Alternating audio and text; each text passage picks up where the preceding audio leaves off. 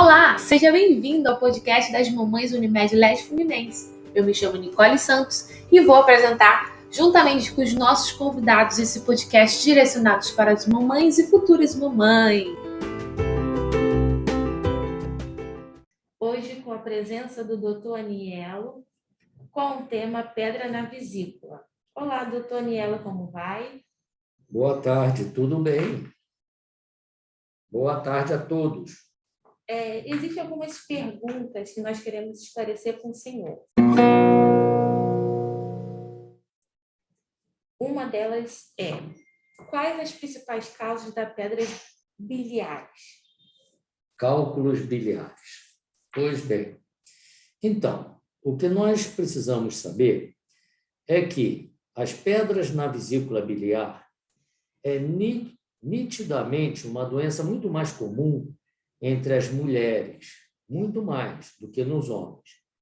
Nós sabemos, por dados de literatura, que cerca de 8% dos homens geralmente apresentam pedras dentro da vesícula biliar, enquanto que a estatística nas mulheres é exatamente o dobro. Então, para cada 2 mulheres acometidas com pedras na vesícula biliar, teremos apenas um homem. 16% de todas as mulheres poderão desenvolver ou apresentar cálculos dentro da vesícula biliar.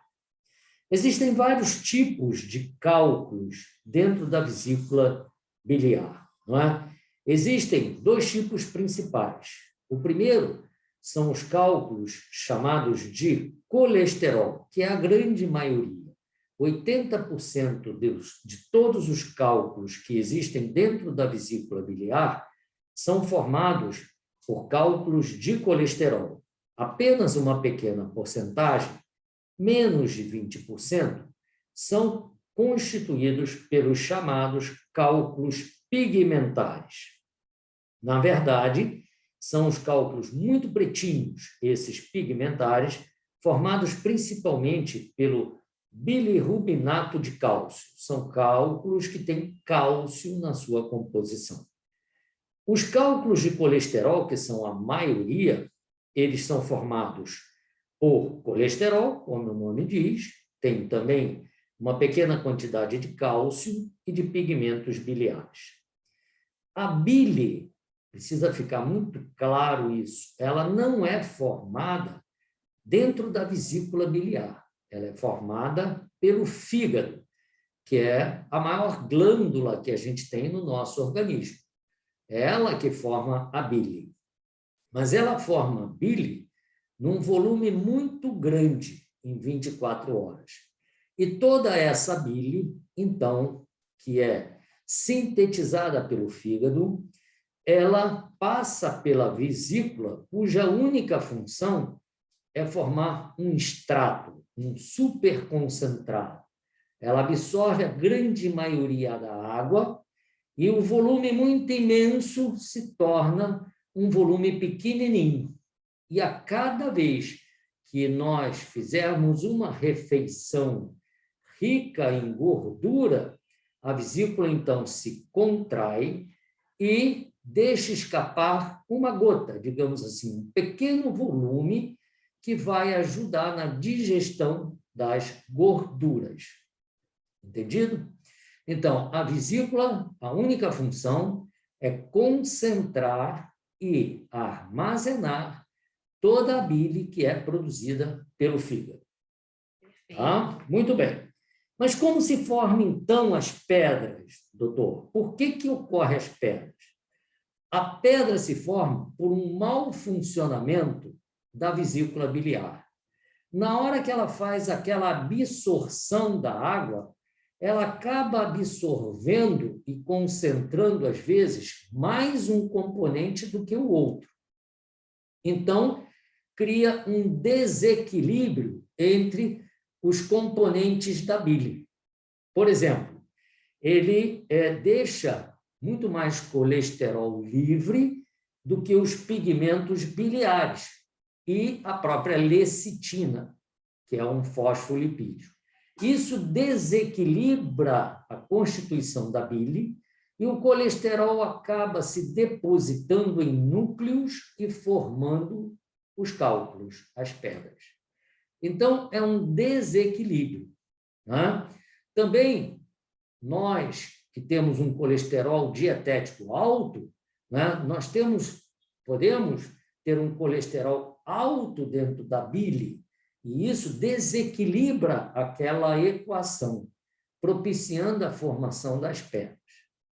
Correto? Deu para entender? Então, na verdade, as pedras se formam por um mau funcionamento da vesícula biliar. Por isso que a gente diz, para operar a doença da vesícula, não adianta a gente ir lá, abrir a vesícula, tirar as pedras e deixar a vesícula. Por quê? Porque lá na frente ela poderá formar novamente cálculos. É preciso retirar toda a vesícula, além das pedras, ok? Porque o mau funcionamento é na parede da vesícula, é ela que funciona mal. Os cálculos é uma consequência do mau funcionamento da vesícula biliar. Ok? Então, excesso de colesterol na bile propicia a formação de cálculos, já falamos. Mas existem também outros fatores que estão envolvidos na formação dos cálculos biliares. Por exemplo, fatores genéticos. Sabemos hoje em dia que essa doença é muito comum entre pessoas de uma mesma família. Às vezes a mãe tem e a filha também teve, ou a avó teve, ou uma tia teve. Há um fator genético que predispõe o aparecimento dos cálculos biliares, dos cálculos dentro da vesícula biliar. Outro fator ainda muito importante, que nós já falamos, é a hipomotilidade da vesícula biliar. A vesícula biliar, ela lembra muito um saquinho do tamanho de uma pera pequenininha. E ela tem a propriedade dela se contrair. Ela se aperta, ela espreme para expulsar aquela gotinha de bile super concentrada para ajudar na digestão da gordura. Todas as vezes que a gente tiver, né, uma hipomotilidade, quer dizer, vamos imaginar que ela não consiga se contrair com tanta força assim, tá? Ela não se contrai com aquela força que seria necessária, a bile acaba ficando muito tempo dentro da vesícula e isso vai propiciar também a formação de cálculos da vesícula biliar. Entendido? É um outro fator muito importante, a anormalidade no esvaziamento da vesícula biliar. Existem ainda, por último, alguns fatores associados que são muito importantes na formação da vesícula, dos cálculos biliares. Não é? Por exemplo, a própria gravidez, que é comum nas mulheres, não é? E a rápida redução de peso por meio de dieta. Esses dois fatores também propiciam o aparecimento, não é, das pedras dentro da vesícula biliar. Na gravidez, por exemplo, existe essa dificuldade de esvaziamento da vesícula, até porque o útero grande, ele ocupa grande parte do abdômen da mãe, e ele espreme a vesícula lá para cima, no andar superior do abdômen. E a vesícula tem uma dificuldade de esvaziamento. Ela é momentânea, ela é durante a gravidez, isso depois se recupera. Mas pode isso contribuir para o aparecimento dos cálculos na vesícula biliar. Ok? Eu acho que eu falei um apanhado geral sobre como se formam as pedras da vesícula biliar. Perfeito. Como identificar as dores na vesícula? Bom, quem tem pedra na vesícula biliar, não é? Ele pode ser sintomático ou pode ser um paciente assintomático. Ele descobre que tem, por exemplo, pedra na vesícula biliar, não é? Acidentalmente, porque ele foi ao médico, o médico pediu um ultrassom abdominal porque desconfiava de uma outra doença qualquer, e o médico, então, ao fazer a ultrassonografia, descobre que ele também tem pedra na vesícula biliar. E aí o médico pergunta a ele: mas você sentiu alguma coisa? Não, doutor, não sinto absolutamente nada. Então, ele pode ser, ou ela, é mais comum nas mulheres, podem ser apenas portadores assintomáticos da doença da vesícula biliar, das pedras da vesícula biliar. Mas a maior parte dos pacientes que são sintomáticos, o que eles referem geralmente é uma dor. Dor em cólica que está localizada, a gente chama no epigastro, bem na região onde está a boca do estômago, digamos assim, né? Vou falar na linguagem que o povo reconhece, né? Quando a gente percorre o osso do peito aqui, ó, o externo, quando ele acaba bem ali na barriga, ali é a dor que geralmente os pacientes referem quando tem uma pedra na vesícula, não é? A dor pode ser ali, né? Na boca do estômago ou ligeiramente para a direita, embaixo da última costela, irradiando-se para o lado direito. Geralmente é uma dor de forte intensidade, né? Que ela aparece 30 minutos após uma refeição e pode levar até 5 horas ou 2 horas após a refeição. Geralmente está acompanhada de enjoo, de náuseas e até de vômitos, não é? E geralmente é uma dor em cólica. As mulheres principalmente sabem o que é uma cólica, porque é uma dor muito semelhante a uma cólica menstrual. É aquela dor que ela é muito forte no início e que depois, às vezes, ela mesma melhora um pouquinho, depois dá novamente uma dor novamente muito forte, em crise, depois ela melhora. É uma dor que ela não é contínua, não é? É uma dor de forte intensidade. E geralmente está sempre relacionada com a ingestão de algum tipo de alimento gorduroso. É aquela pessoa que diz assim: eu comi uma pizza, ou então eu comi um churrasco, né, que tinha gordura, ou então eu fiz às vezes até uma pipoca, né, que tem muita manteiga ou óleo, qualquer tipo de fritura, não é?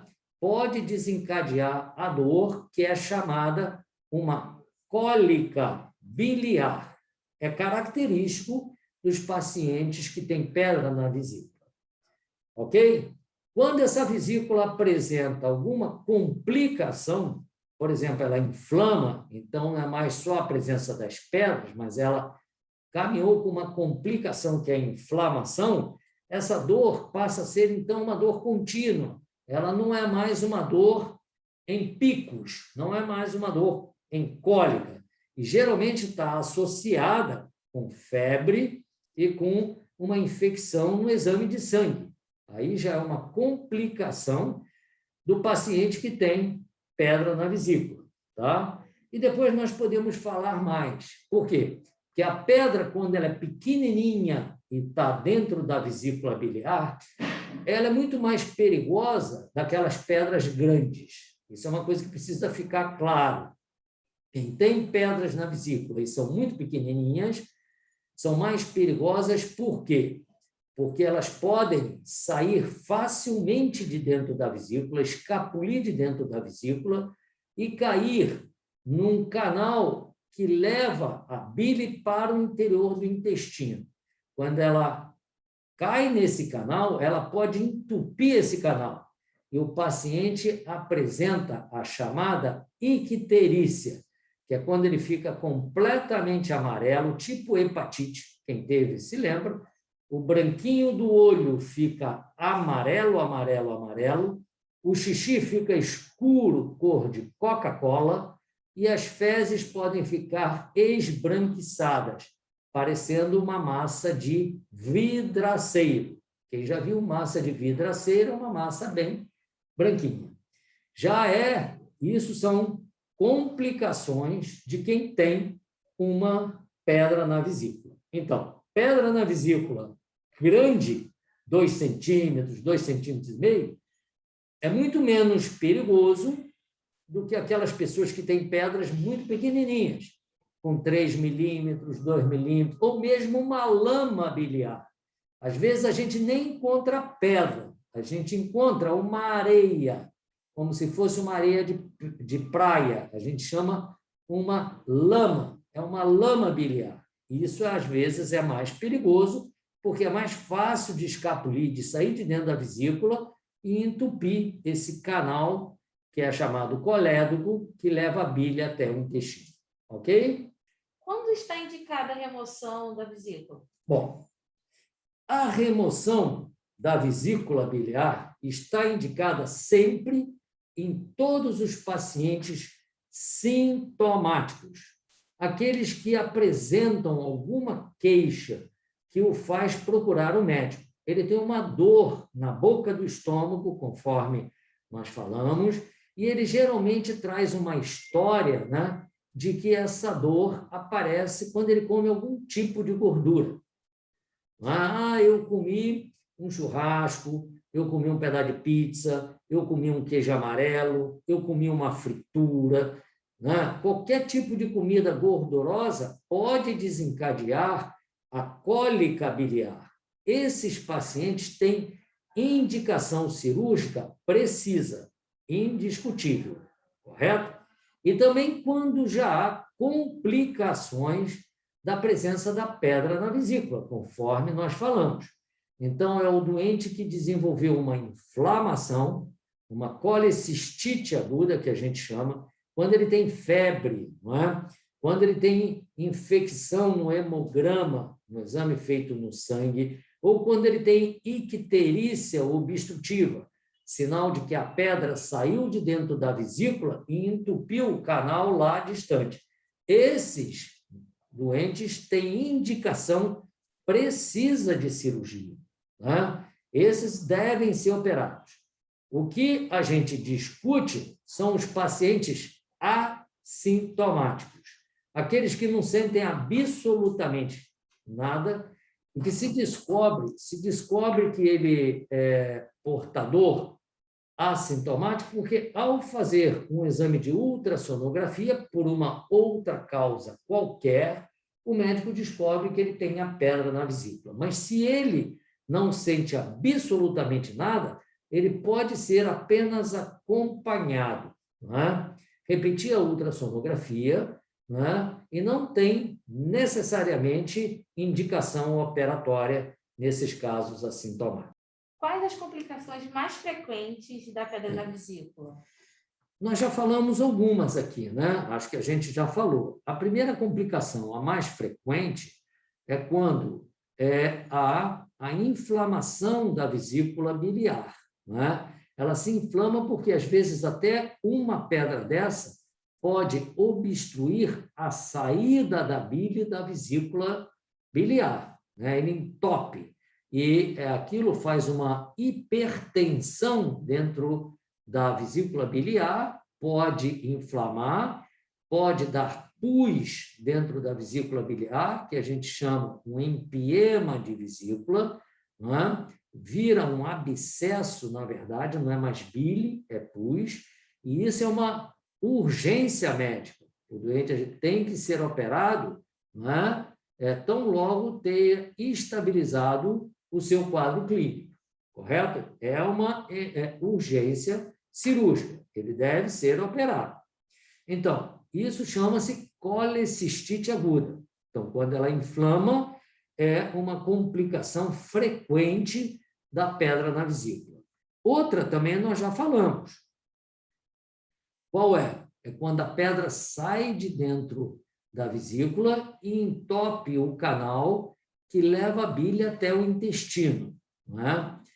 Chama-se coledocolitíase. É nessa ocasião que o paciente fica amarelo, tipo hepatite, não é? O branquinho do olho dele fica completamente amarelo e o xixi fica escuro, não é? Tipo assim, uma Coca-Cola, um chá, não é? Um chá muito forte.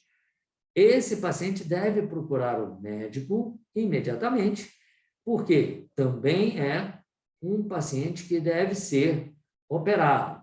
Tá? Ele tem que ser programado a sua internação, estudado, investigado, e aí, se confirmar isso que nós estamos falando, é também um candidato à cirurgia. Terceiro, uma complicação também muito mais perigosa e que pode ocorrer pela presença das pedras na vesícula é quando uma pedrinha dessa também sai de dentro da vesícula. Lembra que eu falei que as que saem são aquelas pequenininhas, né, que tem mais facilidade de sair? Ela acaba nesse canal e entope a passagem da bile agora para o intestino, correto?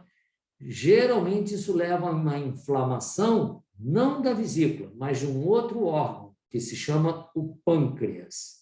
O pâncreas é uma outra glândula que fica geralmente nas nossas costas, na região dorsal, muito importante, e que a inflamação dele pode levar a uma séria complicação. Séria, não é? Até com risco para a própria vida.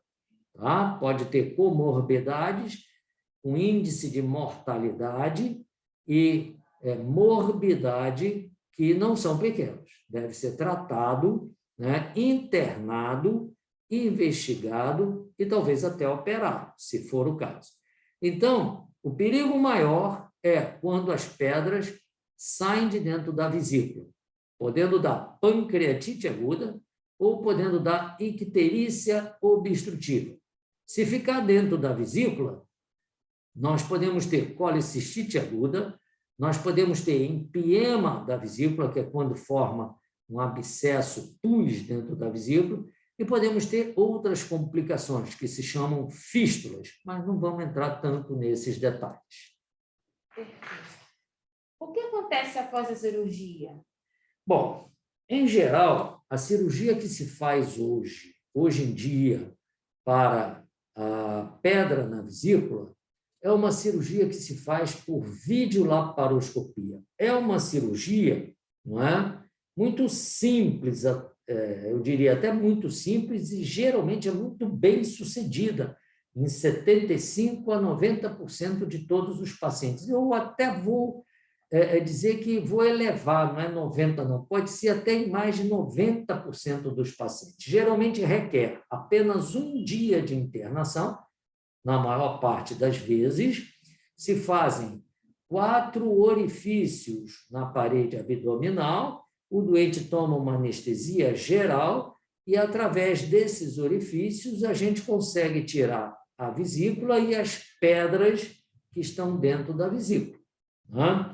Então, a grande maioria das vezes é uma cirurgia muito bem sucedida, que o doente recupera rapidamente as suas funções, ele volta ao trabalho muito rapidamente. Tem gente que opera numa sexta-feira para voltar ao trabalho na segunda. Não é? É uma cirurgia de um baixo custo para os planos de saúde. Não é? É uma cirurgia minimamente invasiva, que nós chamamos hoje em dia. Mas, como toda cirurgia, né, podem aparecer algumas complicações, que são classificadas em complicações precoces, né? Por exemplo, até lá dentro do próprio hospital, a gente acorda da anestesia e pode ter complicações pulmonares, como atelectasias, pneumonias, distúrbios pulmonares. Isso acontece mais naqueles doentes idosos que eram fumantes, que têm doenças pulmonares pré-existentes, enfisema e tal, podem desenvolver no pós-operatório esse tipo de complicações pulmonares. Né? Pode também ocorrer, mas é muito mais raro, né? Mas é inerente a qualquer tipo de cirurgia, infecções. Qualquer tipo de cirurgia, mesmo sendo minimamente invasivo. Podemos ter abscessos, né, intraabdominais, podemos ter hemorragias intraabdominais, né? Mas isso tudo está inerente ao ato operatório.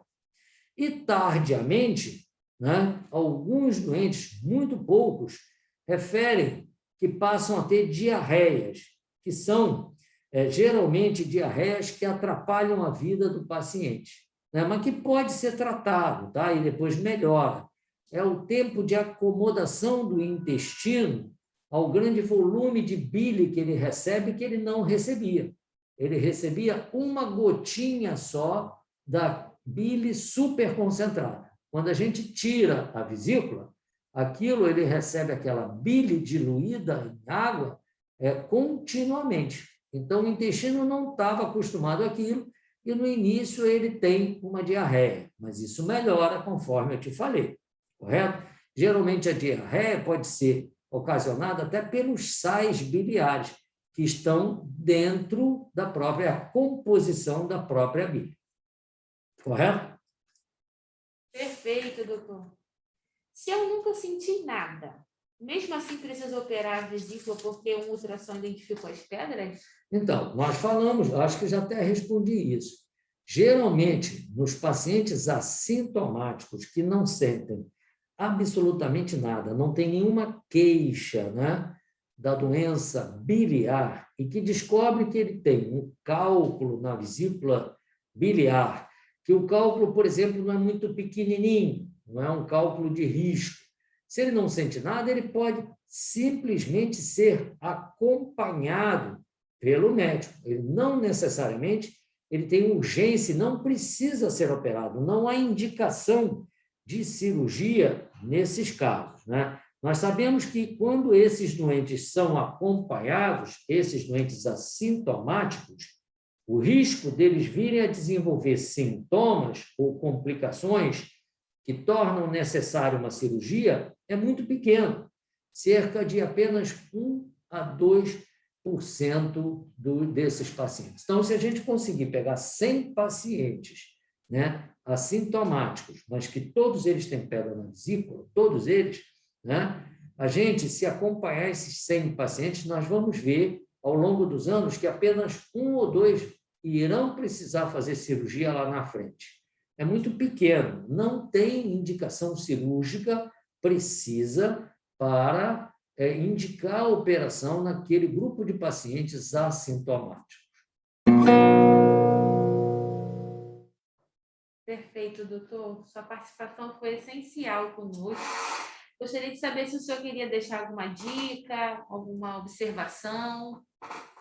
Não, eu queria dizer que essas pessoas, né, que às vezes elas acham que estão com dor no estômago, na verdade, pode não ser dor no estômago, não é? A dor que você sente assim, ó, bem na boca do estômago, se ela tem uma relação com algum tipo de comida gordurosa, procure o seu médico, porque isso pode ser uma doença na vesícula biliar. Não é raro a gente ver isso, né? E o médico até às vezes tratar como se fosse uma doença no estômago, quando na verdade não é. É preciso fazer um ultrassom e às vezes o que a gente vê é que o paciente tem uma colelitíase, que é o termo médico que a gente fala quando o paciente tem pedra na vesícula, correto? Então, procure o médico em caso de dor na boca do estômago e sempre que ela aparece quando você come algum tipo de gordura, algum tipo de comida gordurosa. Perfeito, doutor. Gostaria de agradecer e assim encerramos o nosso podcast.